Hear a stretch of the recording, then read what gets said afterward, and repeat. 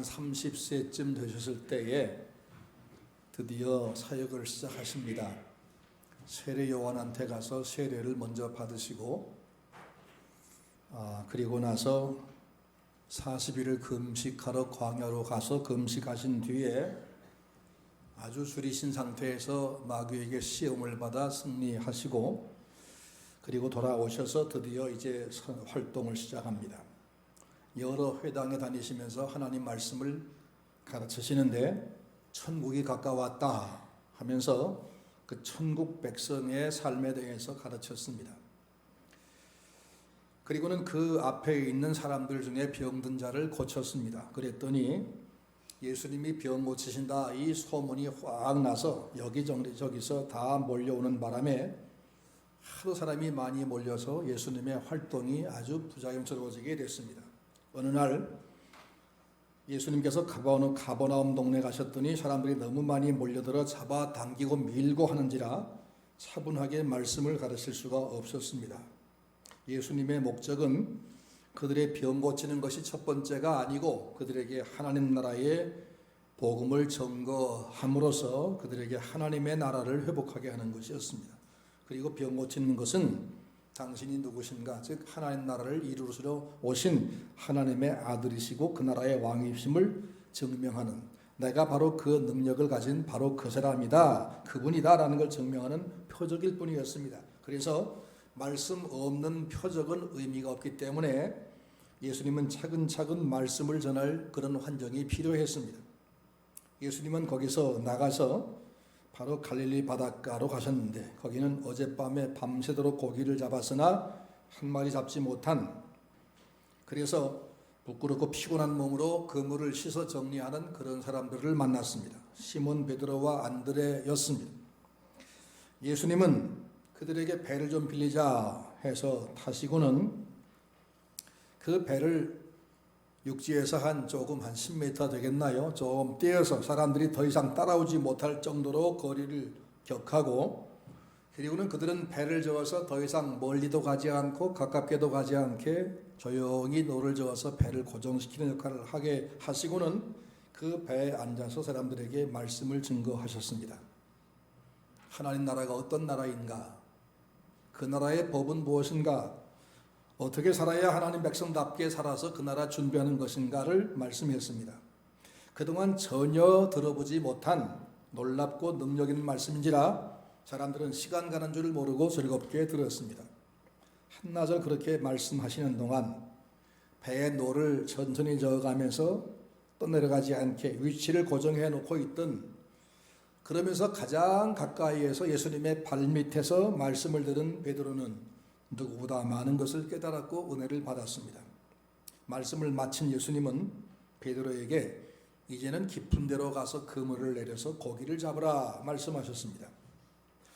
그러자 어젯밤 밤새도록 수고를 했으나 그 경험과 그 기술을 다 동원했으나 한 마리도 잡지 못한 베드로가 고백하기를, 저희가 밤이 새도록 그물질했으나 잡은 것이 없지만 주님 말씀에 의지하여 주님 말씀을 믿고 그물을 내리겠습니다 하고는 즉시 배를 몰아 깊은 데로 가서 그물을 내렸더니 그물이 올라오지 않습니다. 얼마나 무거운지.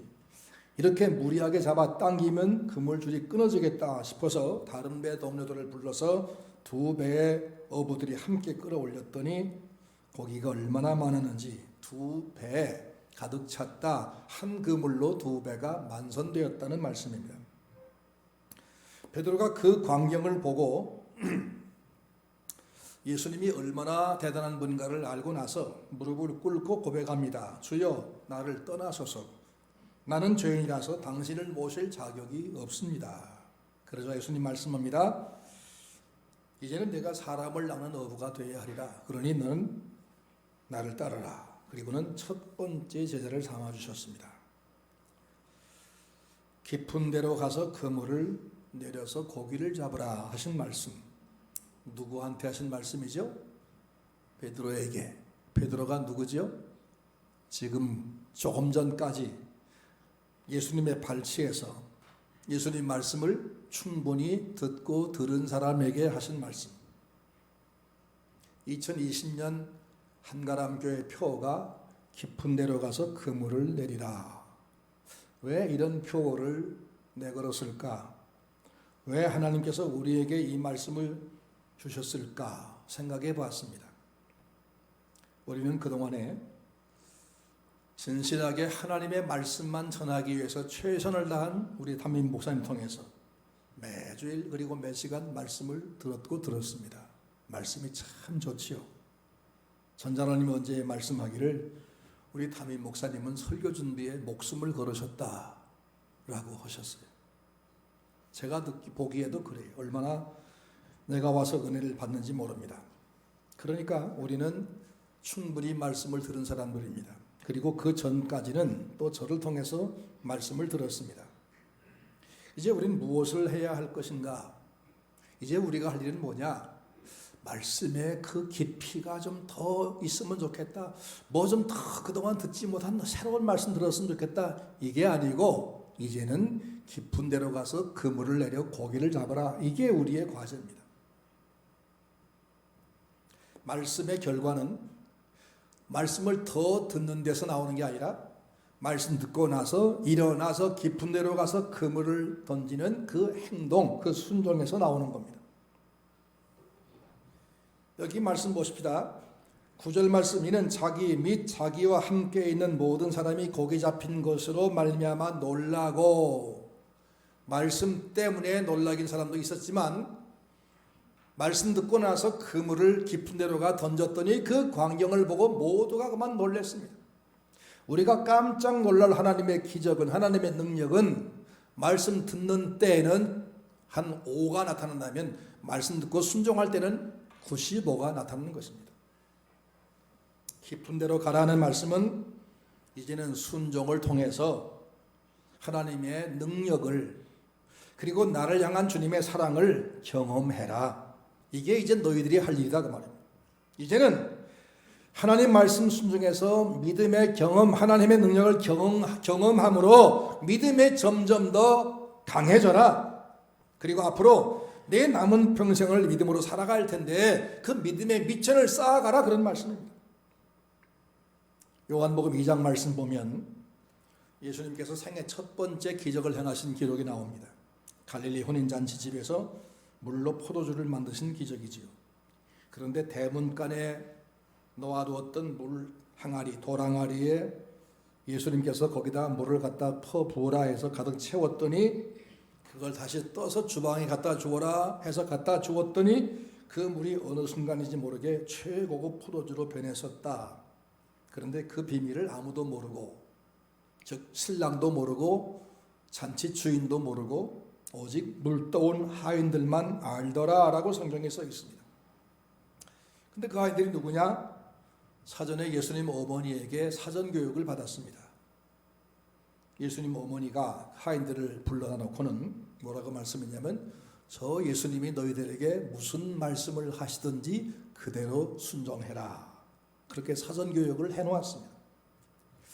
이 당부를 미리 받은 종들은 예수님이 오셔서 불러서 저 발씨는 항아리에 물을 갖다 부어라 말씀할 때 두말 없이 갖다 부었습니다. 남아있던 물에 쓰레기 찌덕기 거기 가라앉아 있는데 거기에 물을 부으니까 속에 있던 것 뒤집어져서 더럽기가 아니 없습니다. 근데 그거 가라앉기도 전에 그냥 떠서 다시 주방에 갖다 주어라. 그때도 이들은 토를 날지 않고 주저하지 않고 즉시 물을 떠서 주방에 갖다 주었습니다. 그랬더니 이들은 주님의 능력을 거기서 경험합니다. 깜짝 놀랄 일을 경험합니다. 물론 그들은 성경에 써 있지 않지만 그 다음부터 위대한 신앙인이 되었을 겁니다. 경험이 신앙인을 만드는 거지 말씀 들은 것으로 만들어지는 것은 아닙니다. 똑같은 상황에서 다른 사람들은 이해도 못하고 경험도 못한 이 놀라운 일을 오직 말씀을 듣고 그대로 순종한 하인들은 경험했다는 사실. 이들이 받은 사전교육이 뭐지요? 무슨 말씀을 하시든지 그대로 하라. 말씀을 듣거든 그대로 하라. 듣는 것으로 끝나면 아무 일도 일어나지 않습니다. 하지만 듣고 나서 돌아가서 사는 생활 속에서 말씀을 순종하면 그때 기적이 생기는 겁니다. 하나님의 능력은, 하나님의 기적은, 축복은 설교를 듣는 이 자리에서 나타나는 것보다는 이 말씀을 듣고 깨닫고 결심하고 돌아가서 한 주간 동안 사는 삶의 현장에서 나타나고 경험하고 돌아와 감사하는 것입니다. 이런 생활을 올해는 여러분이 하시기를 주의 이름으로 축원합니다. 주님이 우리에게 무슨 말씀을 하든지 그대로 순종하겠다, 올해는 해보겠다, 이 결심, 그런 준비, 이거 하나면 충분합니다. 이 결심과 준비와 그 다음에 그걸 결행하는 순종, 이 하나로 하나님의 능력과 나를 향한 사랑이 충분히 경험됩니다. 그 경험은 더 큰 것 순종할 수 있는 그런 미천이 됩니다. 그리고는 그것은 평생 어떤 일을 만나도 두려움 없이, 걱정 없이 감사로 살 수 있고 수시로 감사하며 계속적으로 그 은혜를 경험하는 그런 미천이 되는 겁니다. 여러분, 올해는 그런 미천이 점점 쌓이는 해가 되시기를 바랍니다. 비슷한 사건이 또 있지요. 예수님께서 부활하신 이후에 예수님 부활을 이미 경험한 베드로가 자기가 예수님을 3번 부인했던 것들이 너무 부끄러워서 다시 뵐 낯이 없어서 갈릴리로 도망쳐서 고기잡이를 했습니다. 그런데 밤새도록 고기 잡았지만 한 마리도 못 잡았습니다. 그런데 그날 아침 일찍 새벽에 주님이 찾아오셔서 해변가에서 외치십니다. 얘들아, 거기 있느냐? 없습니다. 그러면 그 자리에서 배 오른편에 금을 던져봐. 그러면 얻을 거야. 그 말 들은 요한이 깜짝 놀라서 예수님이다. 예수님 아니면 저런 말씀할 분이 없어. 그래서 베드로가 그 말 듣고 배 오른편에 그물을 던졌더니 역시 또 한 번 기적이 생깁니다. 큰 고기만 153마리, 한 1m짜리 큰 고기 153마리면 얼마나 엄청날까요? 이 기록이 요한복음 21장에 나옵니다. 이 사건들을 보면 여러분 무엇을 생각합니까?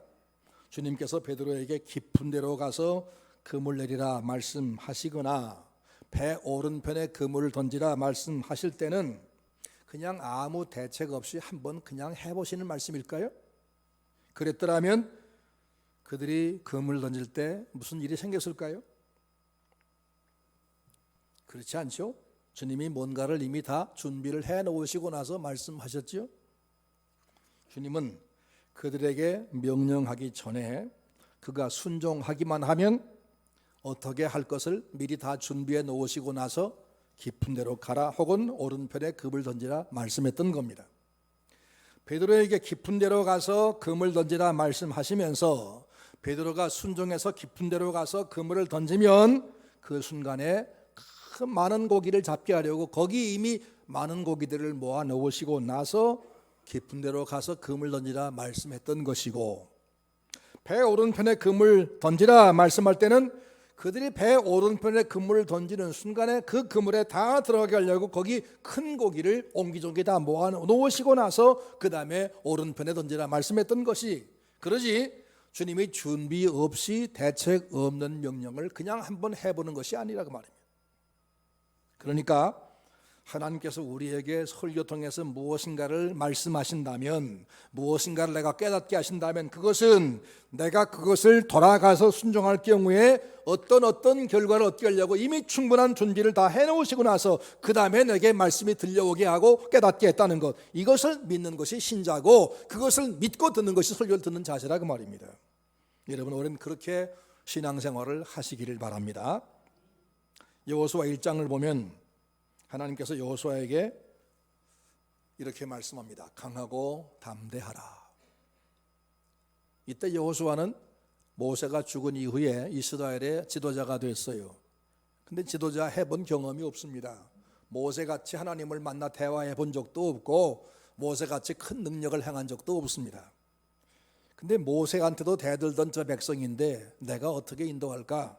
그것이 우선 걱정이고, 또 한 가지는 요단강에 지금 물이 막 가득차게 아주 엄청난 급류로 흘러가는데 우리는 배 한 척도 없이 다리 놓을 방법도 없는데 어떻게 저걸 건너가면 저기는 바로 여리고성이 있는데 그 여리고성은 두께가 얼마나 두껍고 높이가 얼마나 높고 그 성의 주민이 얼마나 많고 사람들의 체격이 크고 그 다음에 무기가 어떤데 우리가 아무 대책 없이 애굽에서 노예 생활만 했지 전쟁해 본 경험도 없는데 어떻게 저 여리고성을 점령하나 걱정이 많았습니다. 그래서 준비를 해보려고 정탐꾼 두를 여리고성으로 들여보냈습니다. 그들이 여리고성에 가서 기생 라합의 집에 머물면서 여기저기 다니며 정탐하다가 들통이 나서 여리고 군대에게 쫓기는데 기생 라합의 집으로 숨어들었더니 라합이 데리고 옥상으로 올라가서 거기 쌓아두었던 3대 속으로 숨겼습니다. 그리고 내려와서 군인들에게 그 2명 찾느냐? 그들 벌써 저리 가더라. 쫓아가면 아마 나루에 잡을 수 있을 것이다. 그렇게 따돌렸습니다. 그리고 군인들이 멀리 간 다음에 옥상에 올라와서 이렇게 말합니다. 여호수아 2장 9절부터 12절 말씀입니다. 말하되 여호와께서 이 땅을 너희에게 주신 줄을 우리가 아노라. 우리가 너희를 심히 두려워하고 이 땅 주민들이 다 너희 앞에서 간담이 녹나니 이는 너희가 애굽에서 나올 때 여호와께서 너희 앞에서 홍해 물을 마르게 하신 것과 너희가 요단 저쪽에 있는 아모리 사람의 2 왕에게 행한 일 곧 그들을 전면시킬 일을 우리가 들었습니다. 우리가 듣자 곧 마음이 녹았고 너희로 말미암아 사람들이 정신을 잃었나니. 마음이 녹았고 정신을 잃었다. 지금 절망 상태에 있다 그 말이에요. 왜 그러냐? 너희 하나님 여호와는 위로는 하늘의 하나님, 아래로는 땅의 하나님이라. 그러므로 이제 청하노니 내가 너희를 선대하였은즉 너희도 내 아버지 집을 선대하도록 여호와로 내게 맹세하고 하나님 이름으로 맹세하고 내게 증표를 내놓아라. 그렇게 말합니다. 수련납하는 기생이라 우리가 누군지 모르고 머물게 해준 줄 알고 있었는데 왜 우리를 감춰주지 하고 의아했는데 와 하는 말을 들어보니까 우리가 누군지 벌써 알았구나. 우리만 안 게 아니라 우리나라 역사를 꿰고 있고 우리 하나님에 대해서 우리보다 잘 아는구나. 하나님이 함께하는 걸 저들이 알고 이미 다 그만 절망에 빠져 있구나. 이 사실을 이들이 알았어요. 더 이상 여리고성을 둘러볼 이유가 있나요? 군대가 몇 명인지 성 두께가 얼마인지 그건 이제 상관도 아닙니다. 당장 돌아와서 여호수아에게 보고했더니 여호수아가 진짜로 강하고 담대한 믿음을 가지고 여리고성을 점령합니다. 노예 생활만 하다가 해방이 돼서 전쟁에 대해서는 전혀 그 경험이 없는 사람들, 아무 대책 없이 그들에게 가나안 땅을 정복하라 이렇게 무리한 명령을 하신 줄로 알았었는데 알고 보니 하나님은 이미 적들에게 전쟁의 용기를 다 꺾어 놓아서 낙담하게 해놓으시고 나서 그렇게 하셨구나. 그러면 우리가 직접 나갈 때 하나님은 또 다른 것을 하시겠구나. 이런 믿음이 생겼습니다. 이런 정도로 준비해 놓았기 때문에 이들은 아무 장비도 없이 달랑 법궤 하나 메고서 여리고성을 하루에 한 바퀴씩 아침마다 돕니다. 그리고 마지막 날 7바퀴 돌고 나서 외친 것만 가지고 성이 함락되고 그 성을 다 점령했습니다.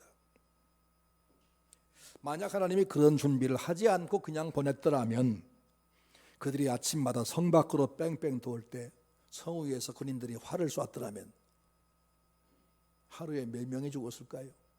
아침마다 수없이 죽어서 7째 날 됐을 때는 이미 다 전멸했을 겁니다. 그런데 이스라엘은 한 명의 사상자 없이 어떤 공격을 하지도 않고도 하나님 말씀한 대로 성을 7바퀴 돌고 마지막 바퀴를 돈 다음에 나팔을 불며 함성을 지는 것 하나만 가지고 여리고성을 함락시키고 그 땅을 다 차지했습니다. 이것은 그들의 힘도 그들의 무장도 그들의 전략도 아니라 그들보다 훨씬 앞서가 준비한 하나님의 능력이었음을 믿으시기 바랍니다. 그래서 하나님께서 여호수아에게 너 나를 강하게 믿고 담대하게 순종해라, 강하게 믿고 담대하게 순종해라 하신 말씀한 것은, 가나안 땅을 쳐들어가거라 점령해라 하신 것은 하나님이 그들에게 맡긴 것이 아니라 그들에겐 단지 순종만 요구하셨고 하나님이 다 준비해 놓으신 결과였다는 사실입니다. 여러분 이걸 믿으시기 바랍니다. 하나님은 여러분보다 훨씬 앞서서 일하십니다. 여러분보다 훨씬 앞서 준비하십니다. 그러기에 여러분이 지금 어떤 문제 때문에 고민하신다면 그것은 제껴놓고 하나님이 오늘 나에게 이 말씀 통해서 무엇을 하라고 말씀할까? 이걸 깨닫고 그냥 하세요. 순종하세요. 누가 나를 힘들게 해서 그 사람이 너무 신경 쓰인다면 그 사람과 관계를 일단 접어놓고 말씀부터 순종해 보세요. 그러면 희한한 일이 벌어집니다. 이게 믿음의 재미입니다. 이게 신앙의 힘입니다. 하나님의 명령을 내가 내 몸으로 순종하기만 하면 하나님이 나를 위해서 준비한 놀라운 일을 경험합니다. 이게 신앙생활 아니에요? 그런 경험 한 번, 두 번 하게 되면 그 다음부터는 걱정이 없습니다. 어떤 문제가 와도 자신감이 있습니다. 이렇게 신앙생활을 올해는 힘있게 하셔서 여러분과 여러분의 가정에, 여러분의 모든 사역에 하나님의 역사가 날마다 이어지시길 바랍니다. 우리에게 이렇게 해라, 이렇게 살아라 말씀하시면 말씀 듣는 것으로 그저 오늘 말씀이 참 좋았다 이게 아니라 오늘 내게 뭘 하라고 말씀하셨나 그걸 딱 잡아가지고 가서 하는 겁니다. 내 형편, 내 처지 따지지 말고 그 문제의 어려움, 그것의 난관 이거 따지지 말고 무조건 하나님을 믿고 순종하는 겁니다. 따라합시다. 담대하게 믿고 담대하게 순종하라. 예. 우리 하나님은 우리보다 훨씬 앞서서 일하셔서 준비를 맞춰놓고 나서 명령하신다는 사실, 이것을 강하게 믿고 담대하게 순종하시기를 바랍니다. 이런 사건들은 신구약 성경에 가득합니다. 사사기 7장 말씀 보니까 하나님은 기드온 사사에게 300명만 데리고 나가서 해변에 모래 같은 수많은 미디안 군대와 싸우라고 말씀합니다. 단 300명을 데리고 어떻게 싸우나 걱정이 태산 같아진 이 기드온 사사가 기도를 합니다. 하나님, 내일 아침에 제가 양털 한 움큼을 바닥에 내놓을 테니까 주변에는 이슬이 하나도 없고 내가 내놓은 양털에만 이슬이 가득하게 해주세요. 아침에 나가보니까 사방에 이슬이 없어요. 양털을 갖다 짜보니까 물이 막 좔좔 흐릅니다. 야, 신기하다. 하나님이 함께 해준다는 말이구나. 그런데 용기가 안 나요. 또 기도합니다. 하나님, 오늘 밤에는 똑같이 제가 양털을 내놓을 텐데 사방은 이슬이 꽉 차서 젖게 해주시고 제가 내놓은 양털에만 젖지 않게 해주세요. 다음 날 또 그렇게 해주셨어요. 그런데 또 믿음이 안 생겨요. 그래서 이번엔 부하 하나를 데리고 미디안 적진으로 밤중에 몰래 숨어 들어가서 적진에 잠자는 텐트 옆에 가서 귀를 대고 가만히 들어봅니다. 이들이 뭘 할까? 그랬더니 누가 자다가 깨어나가지고 꿈 얘기해요.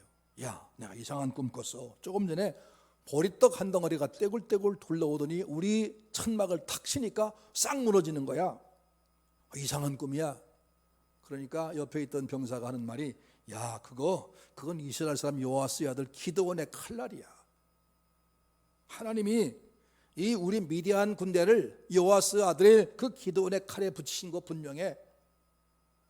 아니, 적들이 그런 말하고 있는 걸 보니까 더 이상 의심할 이유가 없죠. 그래서 돌아와서 자기 부하들을 전부 깨워가지고 외칩니다. 일어나라, 여호와께서 미디안 군대를 너희 손에 붙이셨느니라. 그리고 나서 그날 그들은 300명 가지고 그 수많은 군대, 셀 수 없는 미디안 군대를 이겼습니다.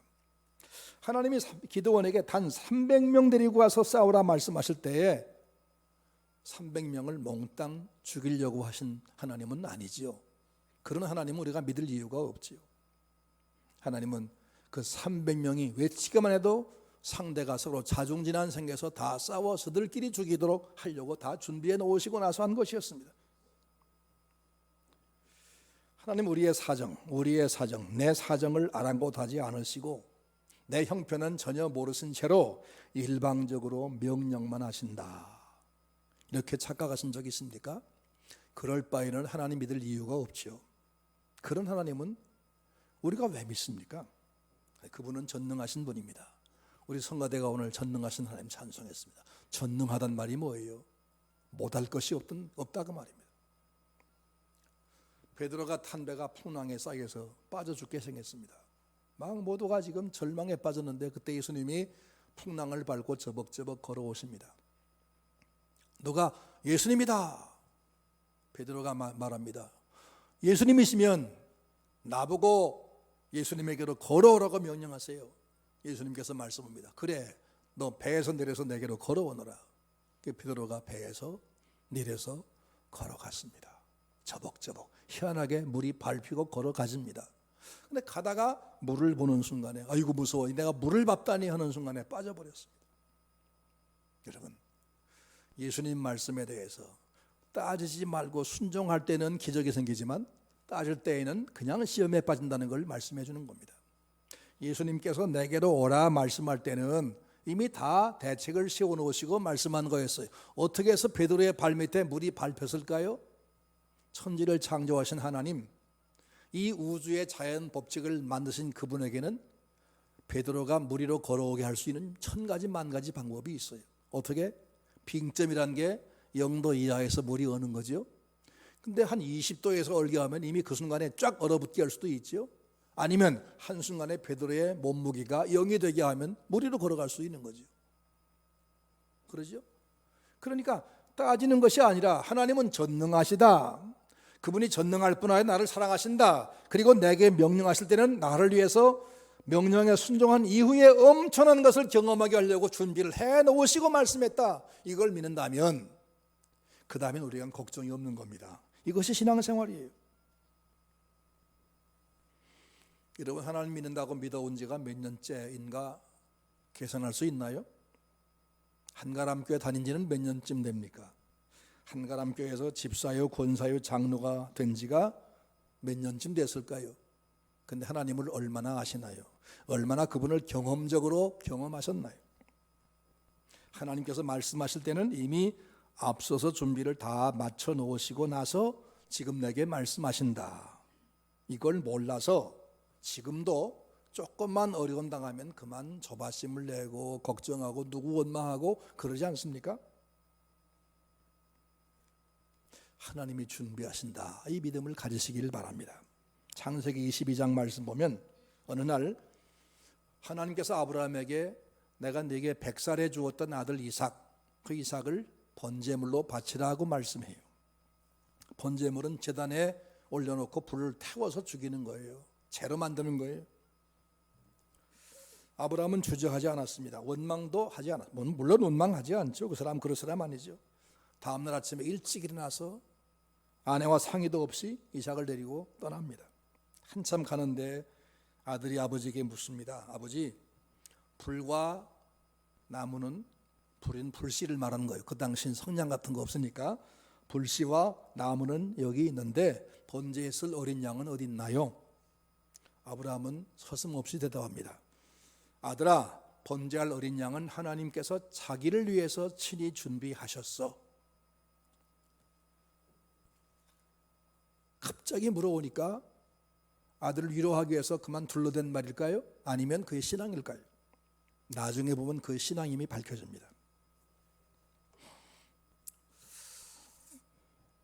내가 하나님 말씀에 대해 따지지 않고 순종하기만 하면 그 다음에는 내가 생각했던 염려가 아니라 내가 생각지 못한 엄청난 일이 벌어진다. 이걸 난 믿는다. 그러니까 나는 그분에게 명령에 순종할 뿐이야. 나는 순종뿐이지 그 다음 문제는 내 걱정할 것이 아니야. 이것이 아브라함의 대답입니다. 아브라함과 이삭이 모리아 땅의 산에 가서 간을 쌓고 그 위에 아들을 결박해 올려놓고 칼을 들어서 이삭을 치려고 합니다. 그때 하나님이 급히 말리십니다. 아브라함아, 네가 나를 사랑한 줄 이제 알겠다. 그만둬라. 그때 옆에서 매 하는 염소 소리가 들립니다. 돌아보니까 수풀에 뿔이 얽혀있는 염소가 발견됐습니다. 하나님이 미리 준비한 거였습니다. 하나님 그때 아브라함을 위해서 두 가지 준비했습니다. 하나는 아브라함이 순종할 때 그에게 상상 못한 축복을 주려고 준비했다는 것과, 둘째는 그가 아들을 바치려고 할 때 그 대신 바치도록 제물용 순양까지 준비해 놓으시고 나서 모리아 땅으로 가서 내게 번제로 바치라고 말씀했던 겁니다. 하나님께서 그렇게 하신 그곳 이름을 아브라함은 여호와 이레라고 불렀습니다. 여호와 이레라는 말은 하나님이 준비하신다, 준비하시는 하나님, 그런 뜻입니다. 한번 해보겠습니다. 하나님은 준비하신다. 여호와 이레. 예, 하나님을 믿는 것은 그걸 믿는 거 아니에요? 근데 하나님은 당신을 그렇게 믿는 사람에게 당신이 준비하신 놀라운 은혜만 경험하게 하는 것이 아니라 그 사람을 의인이라고 칭호를 주십니다. 의인. 창세기 15장 6절 말씀 보면 아브라함이 여호와를 믿으니 여호와께서 이것을 그의 의로 여기시고라고 했습니다. 아브라함이 의인이 된 것은 그의 행동이 의로워서가 아니라 하나님은 의로우신 분이시다. 하나님은 준비하신 분이다. 그래서 그분이 내게 명령을 하시면 그분은 그 명령에 대해서 분명히 책임지는 의로우신 분이다 라고 믿었더니 그 믿음을 의로 여겼다는 그 말입니다. 하나님은 당신이 명령하신 것에 대해서 책임을 지는 분입니다. 만약에 말만 하고 책임지지 않는 사람이 있으면 그 사람은 불의한 사람입니다. 그러죠? 무책임한 사람, 거짓말쟁이, 불의한 사람. 하나님은 말씀하시면 책임을 꼭 지시는 의로우신 하나님. 아브라함은 하나님은 의로우셔서 말씀하시면 책임지시는 분이다 라고 믿었더니 그 믿음을 보시고 너 의인이구나 라고 해줬다는 말씀입니다. 하나님께서 우리에게 어떤 말씀하실 때는 순종하는 자를 위해서 선한 결과를, 놀라운 기적을 준비해 놓으시고 허락하는 의로운 하나님이다. 이것을 강하게 믿고 담대하게 순종하면 그 행동이 의로운 행동이고 그 사람을 하나님은 의롭다고 인정하신다 그 말입니다. 그러니까 하나님은 의로운 분이시다. 하나님은 말씀에 책임지는 분이다. 그렇게 믿고 순종하는 그 사람이 의로운 사람이 된다 그 말입니다. 하나님을 알고 장래를 염려하지 말고 말씀에 순종하는 여러분 되기를 바랍니다. 여러분, 하나님께서 말씀하십니다. 깊은 데로 가서 그물을 내려 고기를 잡으라. 왜 깊은 데로 가서 그물 내려야 한다고 하시죠? 충분히 말씀 들었으니까 이제는 행동하라 그 말이죠. 한가람 교회 성도는 말씀이 부족한 사람이 아닙니다. 충분히 말씀을 듣고 또 들었습니다. 귀는 다 당나귀 귀입니다. 지금 필요한 것은 또 어떤 기가 막힌 설교하는 그런 대설교가가 와서 평생 들어보지 못한 설교를 또 해주는 것이 아닙니다. 하나님의 말씀을 내가 구체적으로 하나하나 순종하는 여기에 기적이 있는 것입니다. 베드로가 깊은 데로 가서 그물 내렸더니 그물이 찢어지도록 고기가 올라왔고 그 행동의 결과를 보고 사람들이 놀래버렸습니다. 이웃 사람들은 주일날 교회에서 어떤 설교가 들려졌는지 그것 때문에 놀라지 않습니다. 관심도 없습니다. 하지만 여러분 나가서 말씀에 순종의 그 삶이 변화될 때 여러분을 보고 사람 이웃들은 놀랄 것입니다. 놀랄 것입니다. 그리고 돌아올 겁니다. 2020년 한가람 성도들에게 하나님께서 말씀하기를 이제는 더 이상 말씀의 깊이, 말씀의 신비함 이걸 원하지 말고 지금 내가 듣는 그 말씀에 순종하거라 그 말입니다. 깊은 데로 가라는 말씀은 이제는 순종을 통해서 하나님의 능력과 너를 향한 사랑을 경험하거라 그 말씀이에요. 이제는 말씀 순종 통해서 하나님에 대한 믿음의 경험, 위대한 능력 경험을 하고는 그 믿음이 점점 성장해 가거라 그 말입니다. 그리고 앞으로 평생 동안 믿음으로 살아갈 미천을 준비 넉넉히 해놓아라 그 말입니다. 사회가 위태롭습니다. 신앙생활하기 어려운 때가 올지도 모릅니다. 하나님께 대한 충분한 믿음의 경험을 쌓아놓지 아니하면 그때 우리는 위태할 수도 있습니다. 주일 성수 그동안 못했던 분 계십니까? 이제 말씀에 의지해서 다음 주일부터 당장에 주일 성수 철저히 해보시기 바랍니다. 11조 아직 빚 때문에 못 하십니까? 계산 정확히 해서 철저하게 해보세요. 그 다음에 여러분 상상 못한 일이 생깁니다. 저는 충분히 경험하고 또 경험했습니다. 교회 봉사 할 수가 없습니까? 다 지켜놓고 우선 봉사부터 해보세요. 선교 헌금 아직은 못합니까? 주님이 하라고 말씀하십니다. 대책을 세워놓으시고 말씀하는 겁니다. 말씀대로 순종해서 우리 교회와 여러분 가정에 하나님께서 주시는 놀라운 새 경험들을 쌓고 쌓아서 날마다 어떤 어려움도 두려워하지 아니하고 기쁨으로 그걸 이기면서 혹시 앞에 우리 신앙생활하기 어려운 때가 올지라도 충분히 쌓아놓은 믿음의 경험으로 승리하는 여러분 되기를 주님의 이름으로 축원합니다.